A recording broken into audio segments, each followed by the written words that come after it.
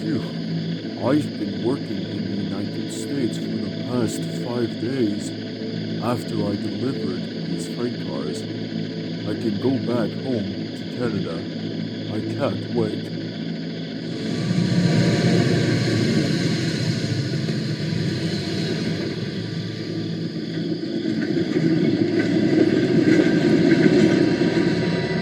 Alright, we finished setting up the trap.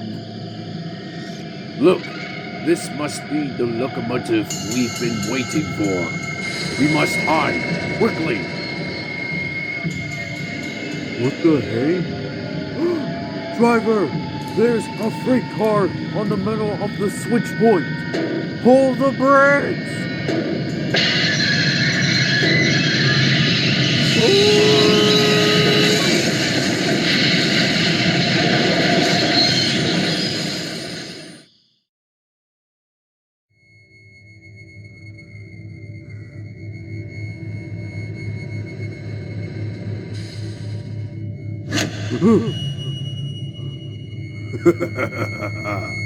We have you now. What is this? Who are you? Be quiet. Now, we are using you for our experiment. All of our attempts so far have failed. You will be the next beast for the test. Inside this needle is toxic liquid. It makes vehicles like you turn into monster creatures permanently. The old you will be gone when the monster takes over your body. Just as soon as I inject this liquid into your gas tank. No, you can't. Stop! No! Oh, God, it hurts! What's happening to me? Oh, no!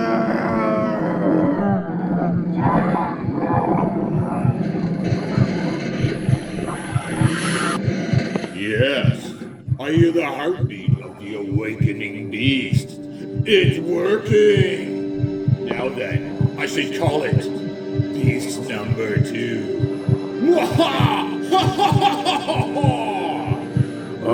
Boss! Look behind you! Oh my goodness!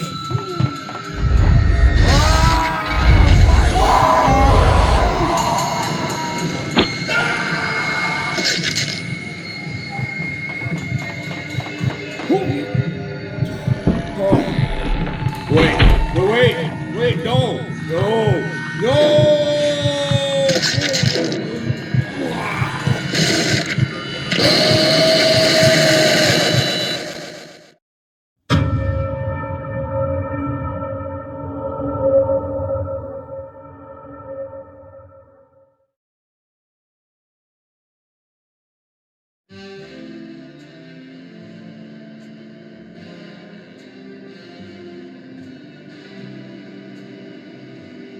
New York City, July 20th, 1979. There are lots of different vehicles in the United States of America.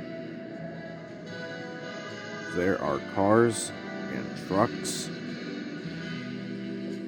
ocean liners and cargo ships, planes and airlines, and of course, the vehicles of the railroads. There are steam engines, diesel engines, and subways.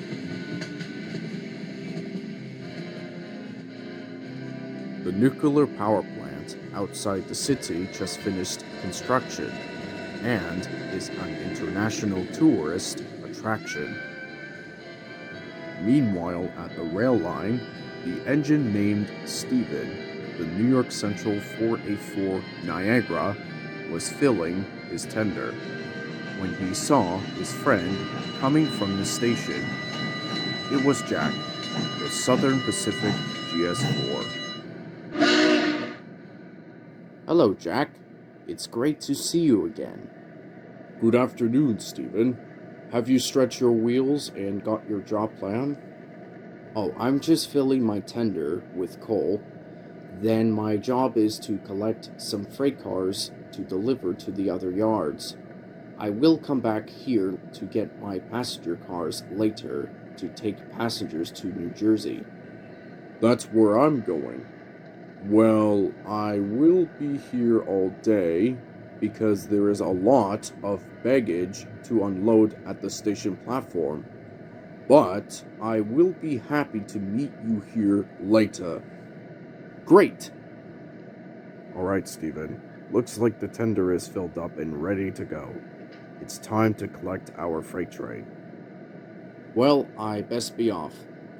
I'll meet you there at the station in a few hours.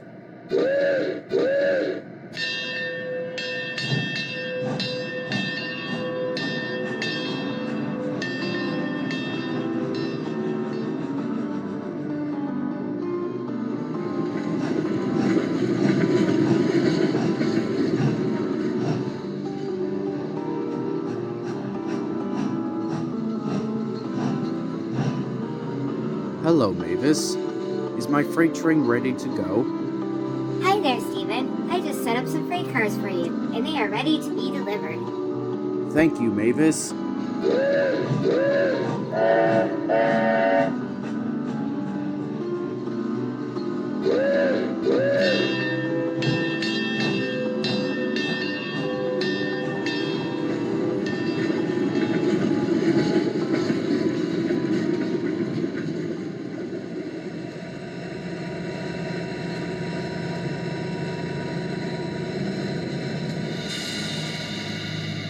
Well.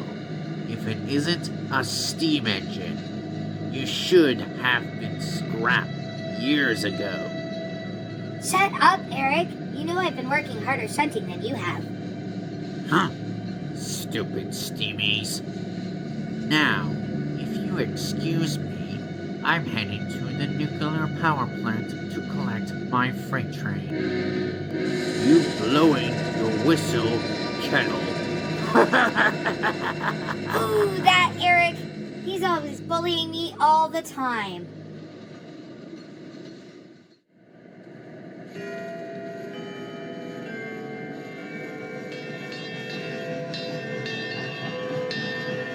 Hello again, Jack.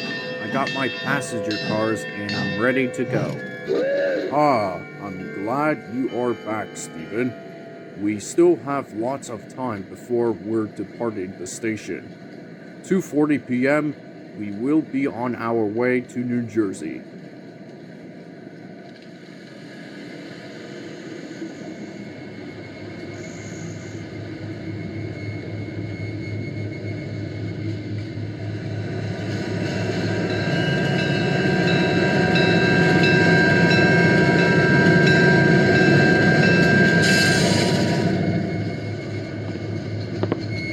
Alright, Eric. Now we can just wait here to collect our freight train. I need a coffee. I'll be back in 2 minutes. Hopefully we can get out of here fast.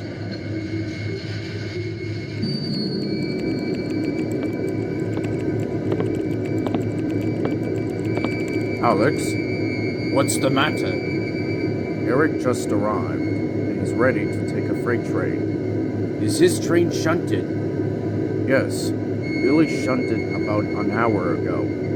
He should be long gone by now. Great! Also, what time is it? Oh, it's 2:32 p.m. Thank you. I can't wait to get out of this dump. What the workers did not know was that pipe was damaged and was touching wires that began to spark. This was only the beginning of a horrible disaster.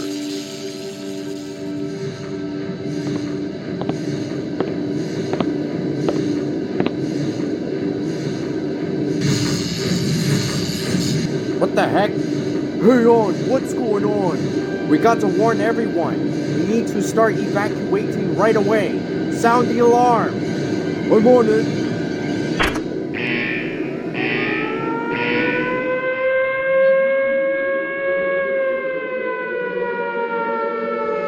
Driver, where are you? You need to get out of here.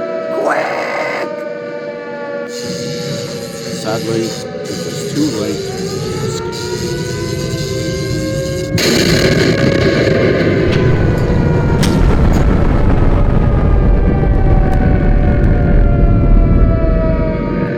As on deafening explosion in the distance and a huge cloud of smoke billowed across the sky, Jack and Stephen saw the explosion and they were horrified.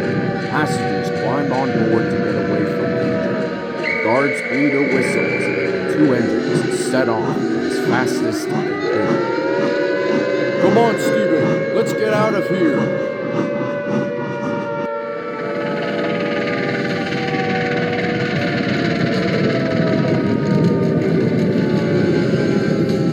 People looked outside the windows and saw the explosion in the distance.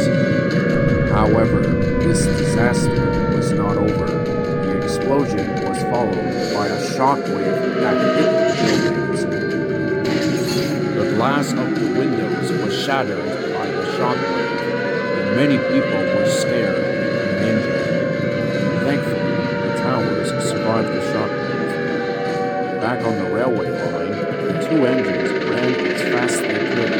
Stephen went faster than he had ever gone before. Jack, I can't puff any faster. My driving wheels are getting sore.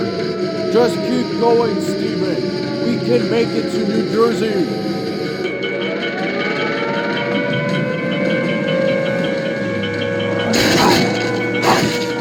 The bus crashed his way through the railroad crossing gate and sped alongside with two engines determined to escape. But his escape was soon cut short when a tanker truck coming in the opposite direction went out of control. This was followed by the sounds of tires screeching and metal crashing. Steven, the shock wave is coming. Take cover.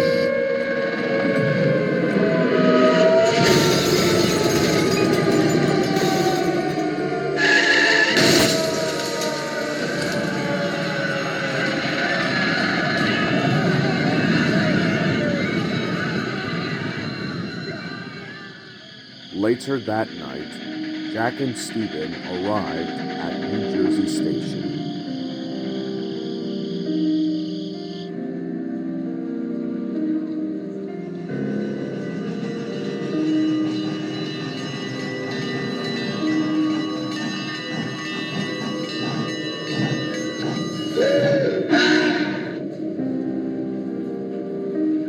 After the two engines' long run on the main line, they were happy to have made it safely. The passengers hurried into the station buildings.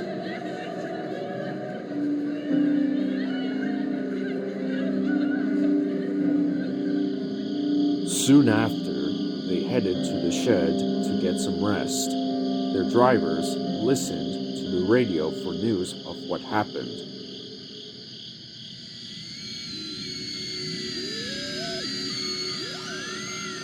Good evening. This is the President of the United States of America coming to you live from the White House. This is breaking news about the nuclear disaster in New York City. At about 2:33 p.m. this afternoon, the nuclear power plant outside New York suffered a devastating system failure. Of the 4 reactors online, only one is currently operating. The plant is currently running on backup power with staff attempting to fix the problem. The amount of radiation vented, or if radiation was vented at all, is currently unknown. Teams from the Atomic Energy Authority have been dispatched to Lower New York to take radiation readings. Sadly, earlier this afternoon, Eric the Penn Central Shunter locomotive number 5106 was dispatched to the plant to collect a freight train headed to New York. From the information we have, Eric has not arrived at his destination and is presumed to be dead. Filtration covers for vehicles are being distributed to prevent the spread of contaminants. An order to evacuate has been given. Please follow the instructions from your local responders. We will update you with more information as we get it. Thank you, and stay safe, America.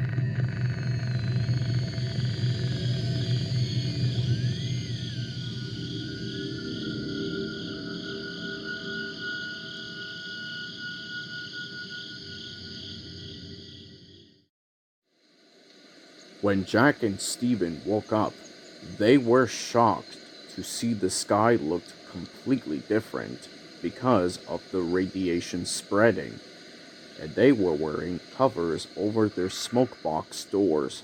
The drivers explained to the engines what was going on.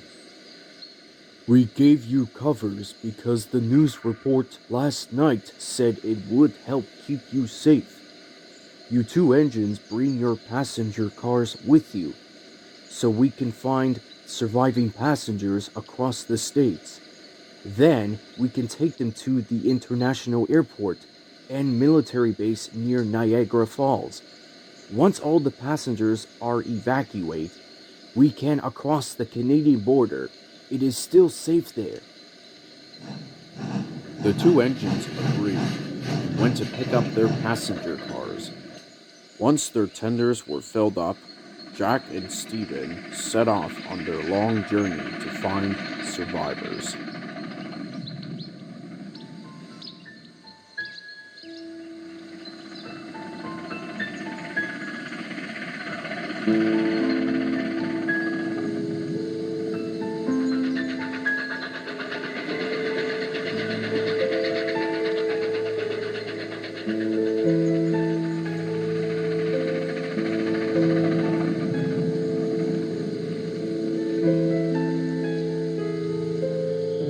Jack and Stephen stopped to have a rest in the shed at a Texas rail yard. The passengers quietly slept in one of the passenger cars while the train drivers kept watching. The guards saw an empty house beside the rail yard, so they walked over to the house to check if there was anyone inside. The 2 engines were sleeping when a noise woke them up. They heard engine noise coming down the main line. It was Wilson, the Amtrak diesel shunter. Wilson? Is that you? What are you doing all the way out here? Oh, hello, Jack and Stephen. I'm just trying to find the Canadian border near Niagara Falls. I heard it is safe there. Do you know how to get there? It's way up north. Also, are your other Amtrak friends okay? No, sadly, they didn't survive the radiation. Now I'm the only one left. Would you like some help? We can show you where it is after we look for more survivors. I don't want to wait. It's too dangerous. We should all go right now. I'll go by myself if I have to. There could be more survivors. We have to try to help them. You won't be able to help anyone if you are dead. I'm sorry. I'm leaving. I hope you make it there. All right, Wilson. We won't try to stop you. Good luck, and be careful out there.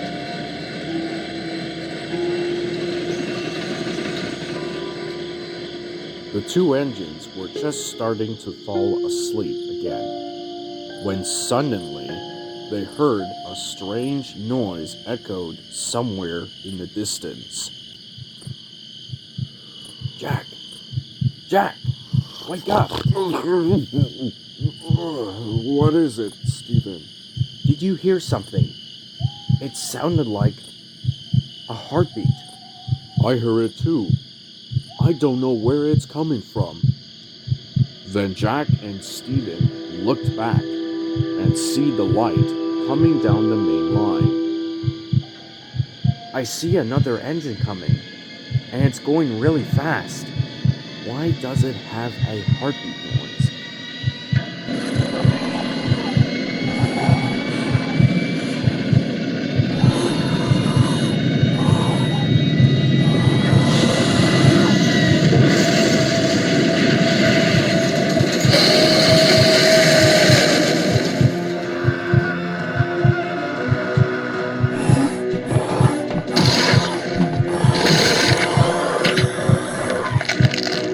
What the heck is that? I don't know, but we have to get out of here now!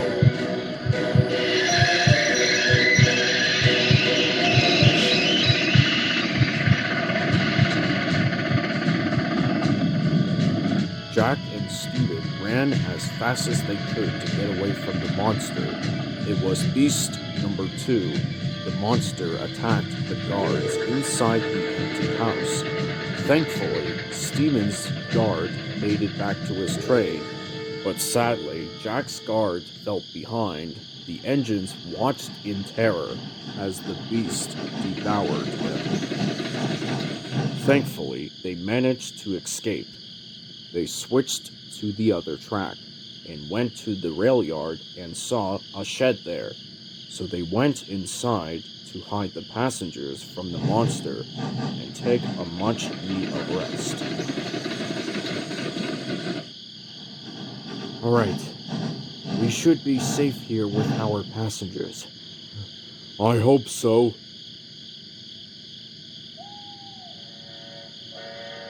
Wait, I heard another noise.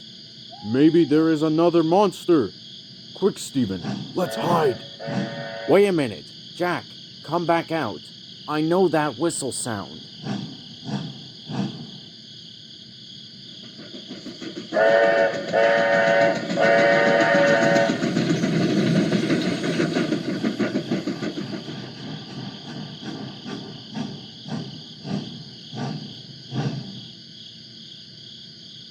Mavis?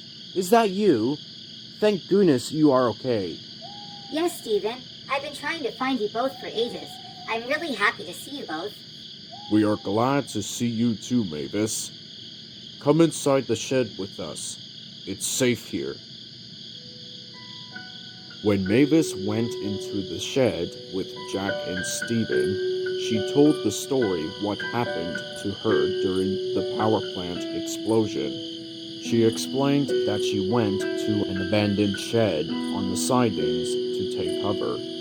When the shockwave hit the shed, one of her drivers was holding on tight, but her second driver fell head first and did not get up. She was very sad, and the two engines felt sorry for her. After she was finished the story, they wearily shut their eyes and went to sleep. They woke up early in the next morning. The two engines once again set off on their journey. Mavis followed alongside. Jack and Stephen looked over and saw her driver had a shotgun. Look at that, Jack. That will help us protect our passengers. The three friends were feeling hopeful as they sped down the track.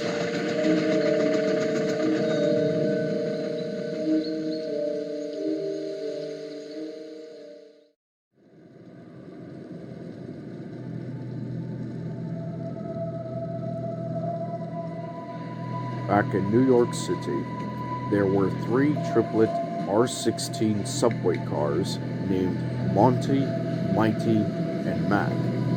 They survived the explosion underground because the radiation could not reach them there.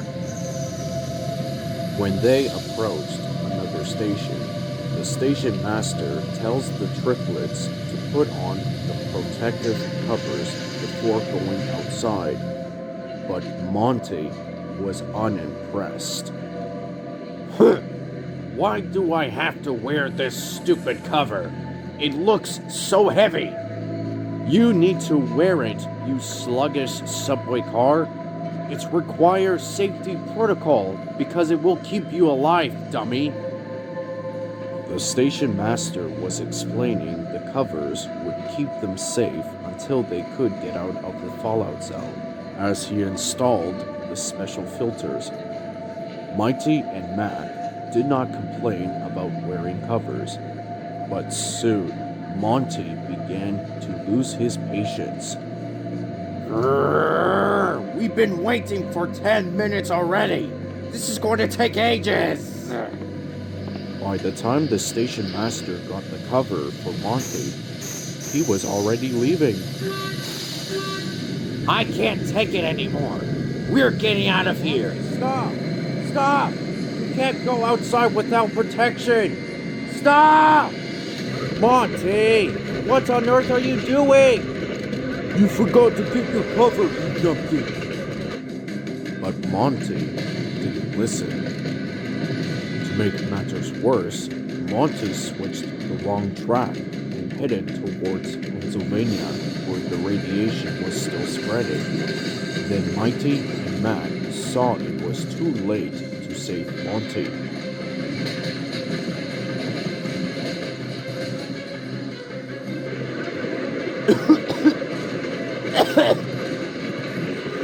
Monty, are you okay?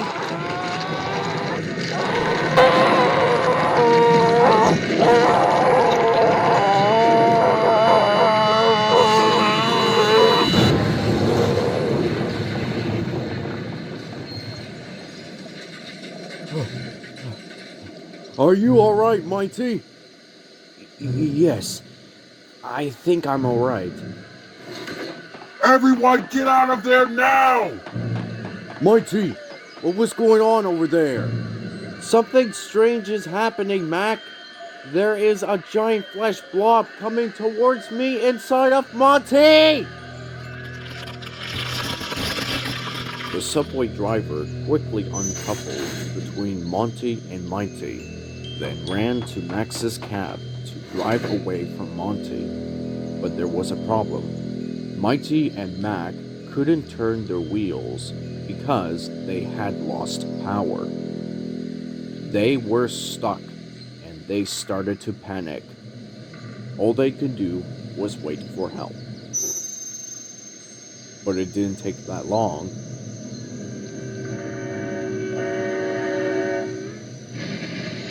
Jack, I think I see something over there.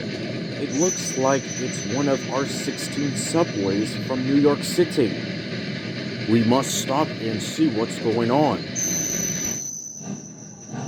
Oh my goodness. Help! Are you alright, you two? Can you explain what just happened here? Yes, we're alright. Monty refused to wear the protective cover and took off outside without letting Station Master put it on him. It was fine when we first headed out, and we may have even made it all the way to Canada, but he accidentally switched to the wrong line.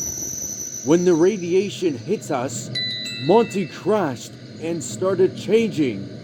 Thankfully, our passengers survived the crash. We are trying to move, but we have lost power. Oh dear. We need to help them. Please hurry. That thing inside Monty is growing! Hang on! I'll get you out of here! Mavis switched to the siding and reversed quickly to couple Mighty and Mac. She pulled the subway cars out of the siding just in time.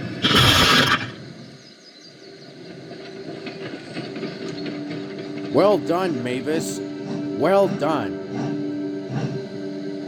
As the fleshy thing inside Monty continued to grow, Mavis's driver knew he had to do something before it was too late. He jumped out of her cab and brought the shotgun with him.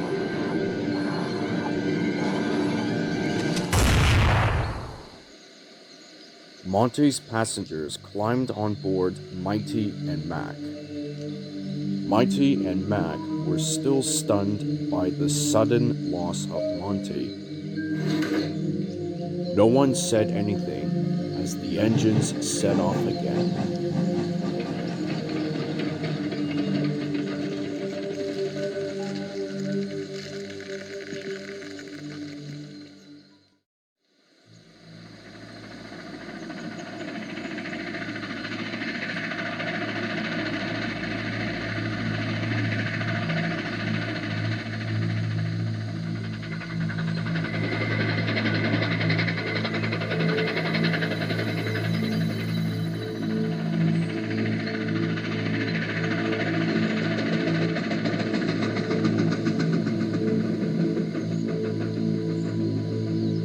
Now that Mavis has her own train, using Mighty and Mac as her passenger cars, she is able to pick up lots of survivors. The three friends were excited.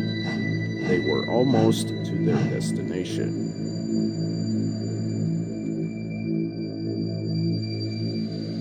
Not long after, all the passengers were dropped off at the international airport.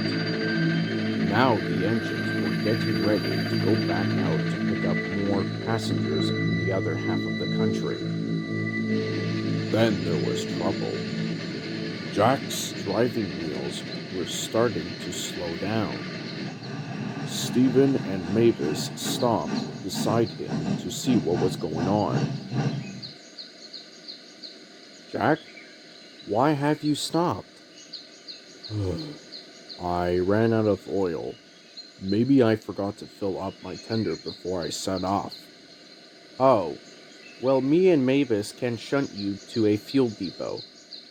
You should go on without me and get your passengers to safety. Hopefully another engine comes by soon. Sadly, Stephen and Mavis knew he was right. It would take a long time to shunt Jack to the fuel depot and put all three of them in danger. So they set off without Jack.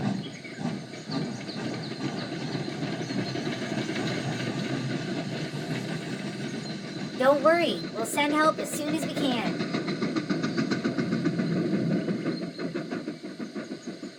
Jack was left there in the middle of the main line, waiting for help. But it didn't take long. Soon, Jack heard a familiar engine sound and a horn coming behind him.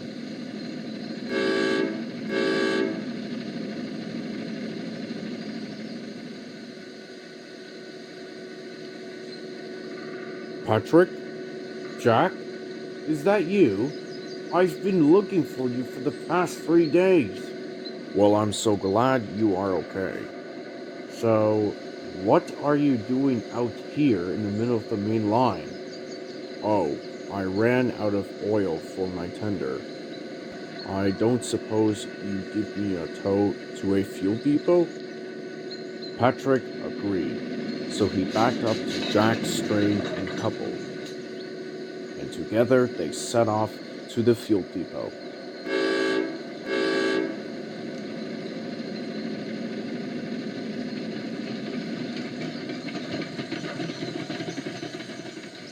Can you take my passenger train, Patrick? I'll be alright while my tender is getting filled up. My friend Stephen will be waiting for you at the next shed, and Mavis is with him pulling a passenger train with Mighty and Mac. Don't worry, Jack. I will not let you down. Good luck, Patrick. And remember, Be careful out there.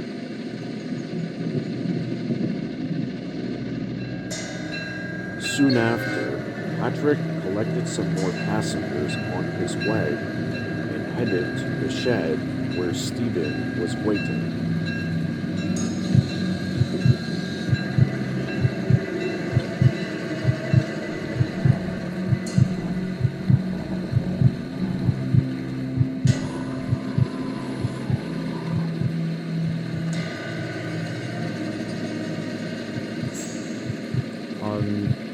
Driver, what was that noise? Hey, what's going on back there? Oh no! Look behind us, Patrick!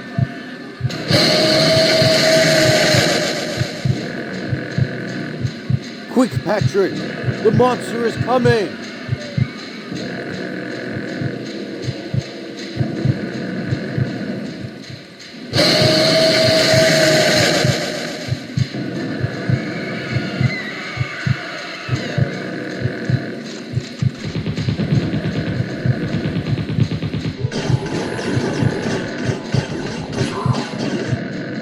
They were starting to pull away, and there was trouble. The switch point to the siding didn't set properly, and it was going to take them off the main line. Driver, hold the brakes! Quick! Patrick's driver pulled the brake lever, but the weight of the train kept pushing him forward. It was too late to stop it.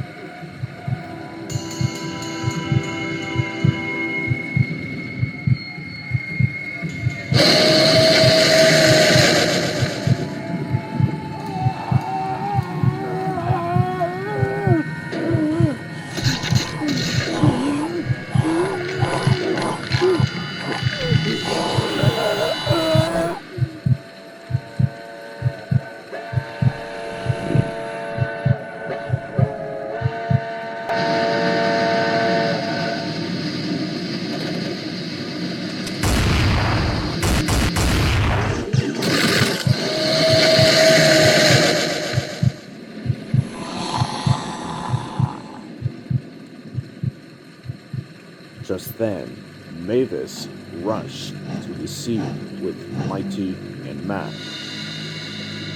Oh my goodness! What on earth happened here? I'm not sure, but I bet my driver can help. After her driver strapped Patrick's faceplate back in place, she uncoupled from Mighty and Matt, then set off to find a way to help as fast as she could.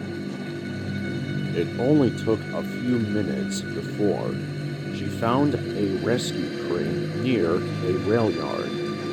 It was George, the Burlington Northern Rail Crane.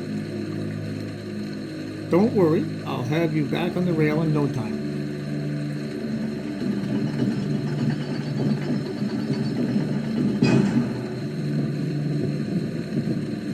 Soon, Mavis had the entire train ready to go. She reversed and coupled with Patrick. With a mighty heave, she started to pull the very long train.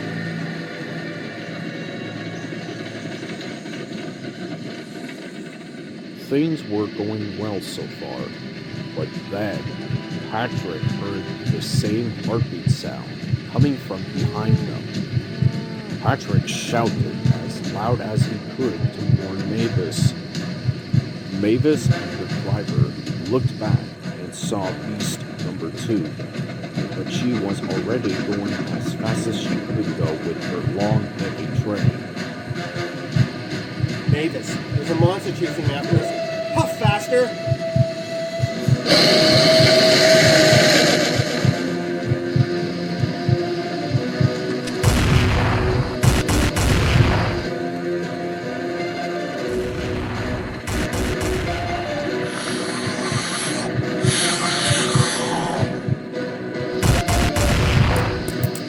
Oh no!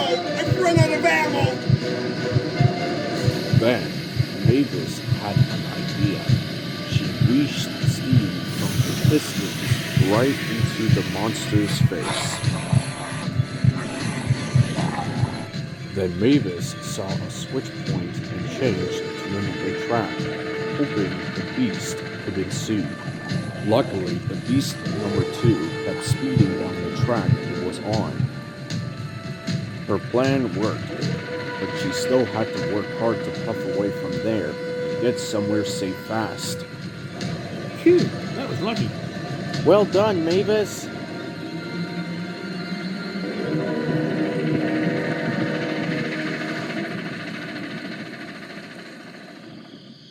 Meanwhile, at the rail yard, Stephen was still waiting at the shed for his friends to come back, and it was getting rather late. It was very dark before Jack finally arrived. Jack, thank goodness you are okay. I was worried you weren't going to make it. Well, at least I got oil for my tender. Jack, where are your passenger cars? Oh, after you both left, my friend Patrick found me and towed me to a fuel depot. I asked him to pull my train while I stay behind to refuel. He should have come this way. You haven't seen him? Their conversation was interrupted by a familiar whistle. Mavis had finally arrived at the rail yards, feeling very tired, and in the nick of time. Her water tank was almost empty. Jack and Stephen were very happy to see their friend safe. Later that night, the drivers weld Patrick's broken faceplate, and even though they were all worried, he felt much better.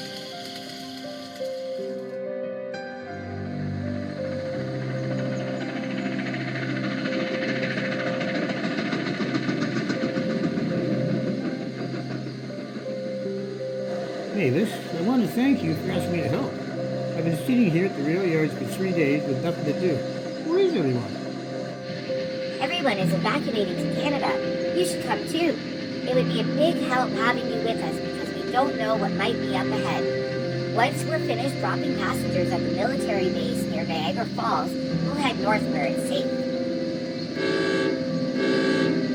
Hey Mavis, I just wanted to say thank you for saving my life. I'm happy to help, Patrick. We all need to work together if we're going to make it through this.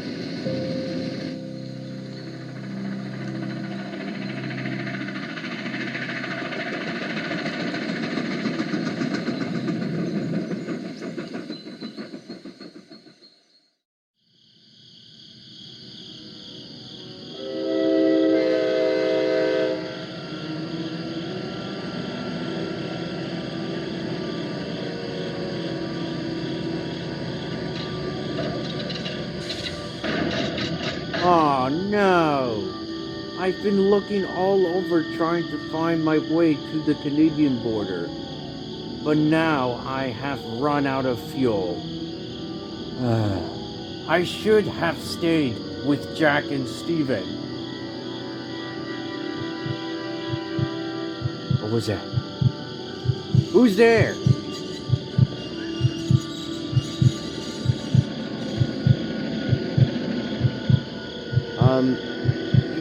You over there. Can you shunt me to a fuel depot? I am trying to get somewhere safe, but I am lost and out of fuel.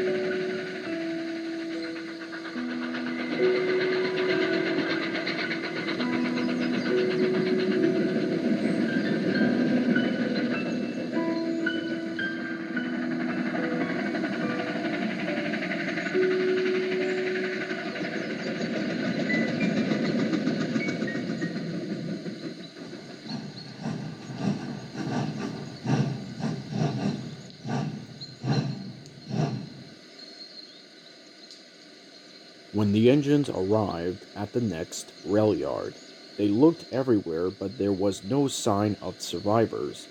The only thing which remained was the hollowed out corpse of another engine, whose shape was all too familiar.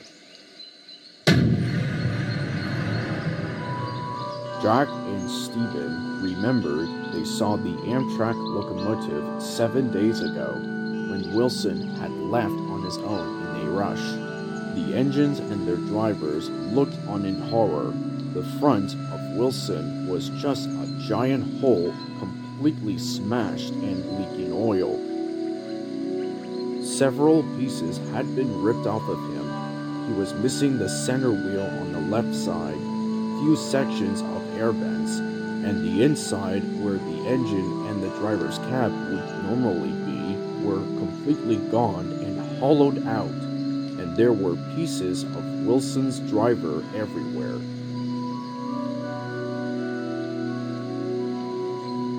Oh, I can't look at it. I'm going to be sick. How did this happen? That they must have got Wilson. If the monster keeps attacking our rails, we must find a way to stop it. There must be a way to destroy it. But Jack, how on earth can we do that? Yeah, but how are we supposed to defeat that monster on rails? It's killing us. Listen, just trust me. If we don't defeat that monster, it will just keep following us and picking us off. To make matters worse, the monster will keep spreading the radiation everywhere it goes. Everyone went silent. The engines knew Jack was right, so they all agreed. Right, we must puff hard to get ahead of it, so we can rescue more survivors on the way. We still have few states left before our final destination.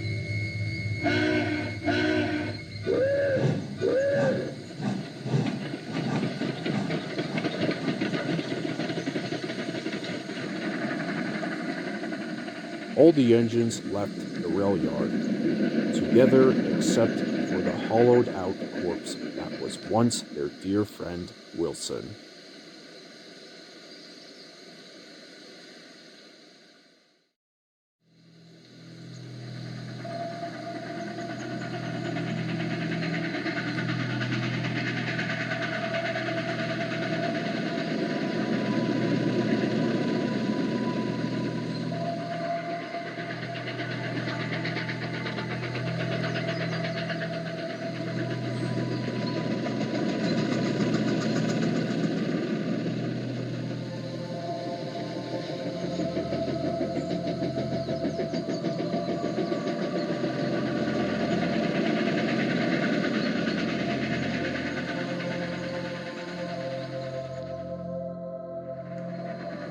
The next morning, the engines made it to the last state they need to visit in their search for survivors. Jack and Stephen remembered this place well. It was the same line they used in their escape 10 days ago. When they arrived in New York City, Jack and Stephen recognized the Union Station where they picked up passengers during the escape from the blast. The two engines were lucky they got out of there in time, because when the shockwave hit the station, the roof was badly damaged and part of it collapsed.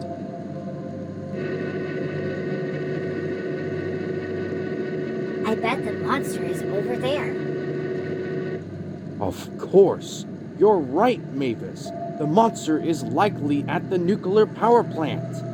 Well, let's shunt our trains to a hidden siding at the rail yard, and then we can go to the nuclear power plant to destroy the monster.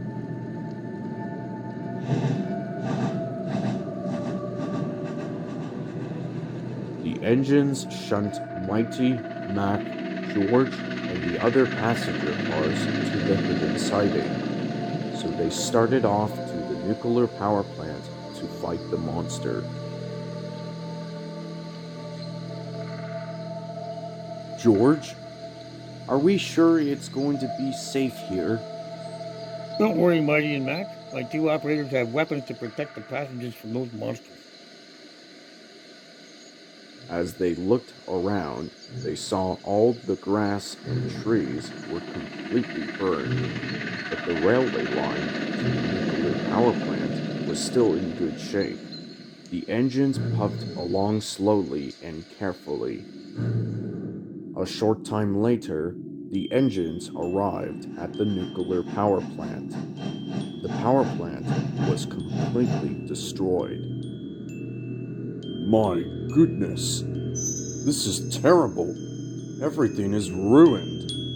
Let's keep moving. We still have to find the monster.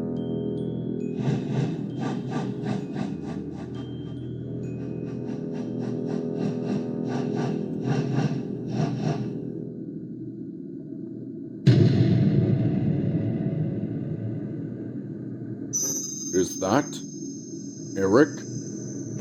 It is him. I saw him before when he passed by headed for the power plant. He might have been a bully, but I wish I could have helped him. Oh, poor Eric. Engines, I heard a heartbeat noise again. The monster must be nearby. Quick, let's hide over there.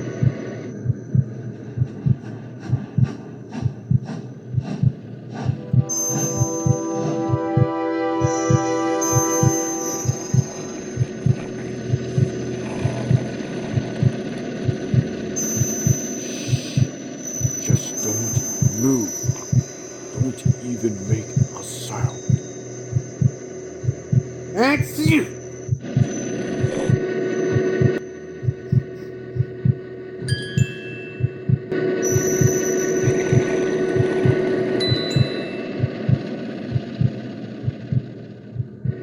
Patrick, what the heck was that? We almost got caught. Sorry, Jack. I couldn't hold my sneeze. Wait, I see some freight cars still on the tracks. Maybe we can use them as shields. Using them as shields. Mavis, that's perfect. We can use the freight cars as shields to fight the monster. Let's get out of the siding so we can get coupled in front of the freight cars. We can use them as shields. It looks like the monster is heading to the ironworks.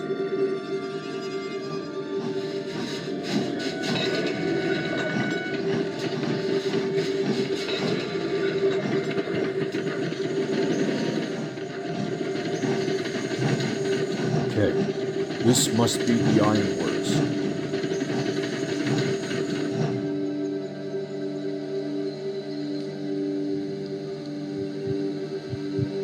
Okay, I hear the heartbeat sound. The monster is coming. Get ready to fire.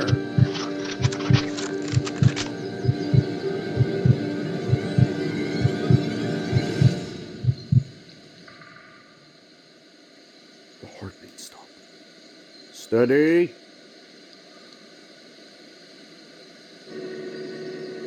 Where's the monster?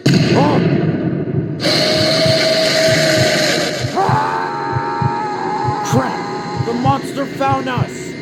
Open fire!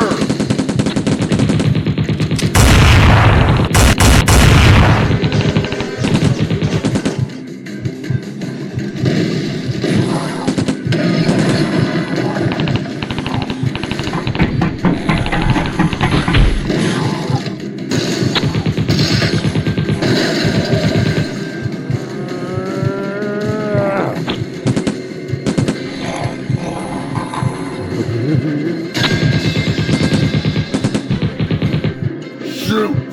We ran out of ammo! There's no use! We can't stop this thing! What are we going to do?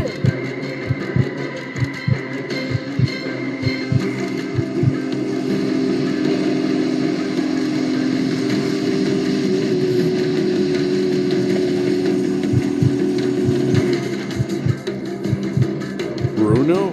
I can't believe you are still alive! No time to explain, Jack. I heard the loud noise coming from the power plant, I came here to help. Crew, get the cannon ready. Mavis, shunt the gas tankers right into the monster. I'm on it.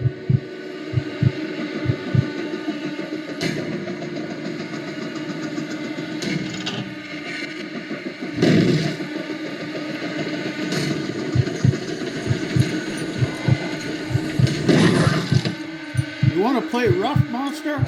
Say hello to my little friend.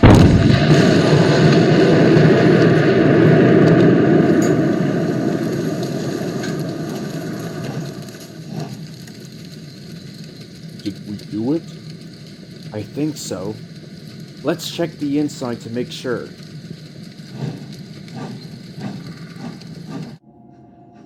When the engines went inside the ironworks, the entire shell of the Beast number 2 was smashed into pieces, and the monster's body went right through the end buffer into the molten iron.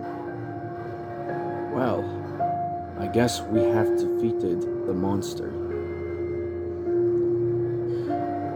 Now then, let's get back to pick up our trains.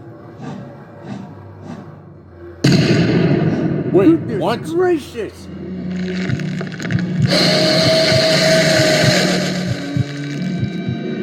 What? What is that thing? It's not dead! How did the monster survive the explosion? Bruno, use your rail cannon again, quick! Shoot the monster into the molten iron. I can't. That was my last missile. Crap. Alright, you three have to get out of here, quick! What about you two? Don't worry, Mavis. Steven and I will meet you there.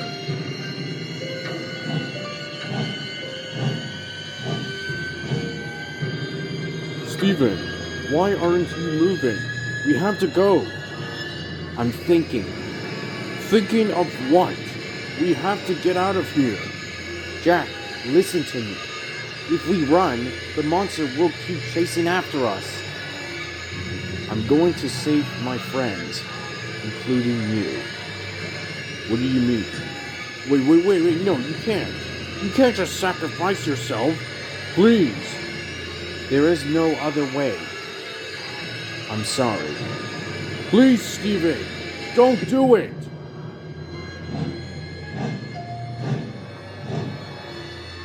Jack, tell my friends I will miss them. Steven!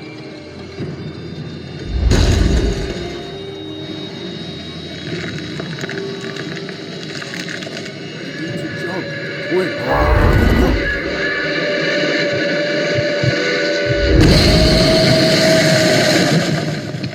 No!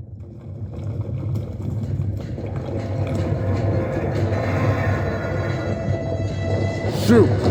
I gotta get out of here. The ironworks is collapsing. After Steven's drivers climbed on board to Jack's cab, Jack raced away as fast as he could with his tender first. He had no time to use a turntable or switch points, but Jack finally escaped just in time.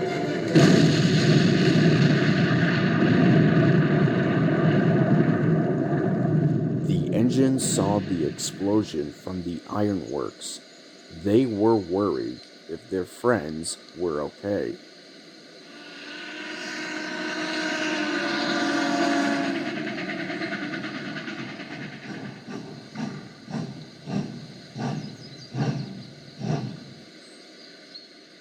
Jack, thank goodness you are okay. Where's Steven? Engines, my friend Steven is gone. Gone? What do you mean? Where did he go, Jack? To a better place, Mavis. Steven sacrificed himself to save all of us.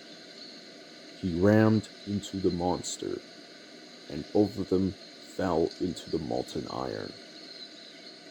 I'm sorry, engines. And I really, truly am. engine's heart sank. Mavis tried to hold back her tears, but she couldn't.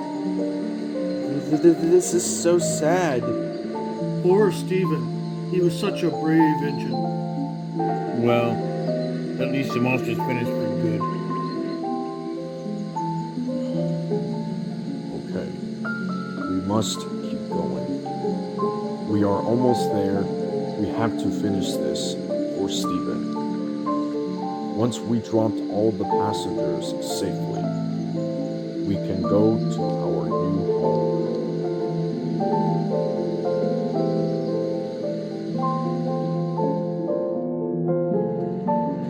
One day later, they all arrived at Niagara Falls and dropped passengers safely at the military base. Bruno was taking care of Stephen's passengers.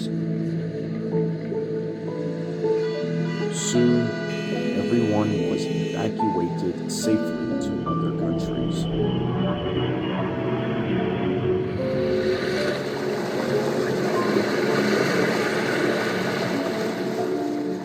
The engines were the last vehicles to leave the United States.